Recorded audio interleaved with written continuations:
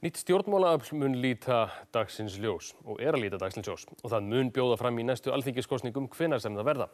Samkeppni er hafin nafna á framboðið. Það er nokkuð liðið síðan Guðmundur Steingrímsson alþingismaður hóf að undirbúa stofnun nýs framboðs ásamt því fólki sem stendur að baki bestaflokknum í Reykjavík. Í dag var heimasíða framboðsins opnuð, heimasíða.is, en þar fer fram samkeppni nafn á nýja framboðinu.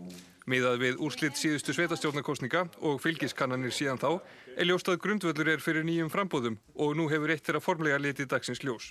Þessi yfirlýsing hefur einmitt þá þýðingu að við erum til í alþingiskosningar hvenær sem er.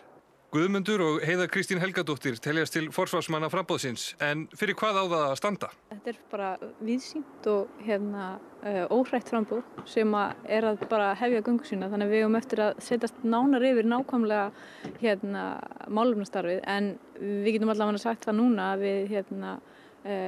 við viljum til dæmis klára aðildarviðræðurnar við Evrópusambandið og við viljum sjá að stjórnarskrárfrumvarpið komist í gegnum Alþingi og verið klára.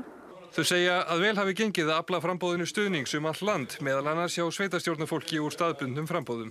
Já, það er fólk annað sem er mjög framalega í sveitarstjórnum út allt land, það er listafólk, það er framkvæmdastjórar, það eru lögmenn, það er skólafólk, háskólanemar, einn alþingismaður og harmóníkuleikari.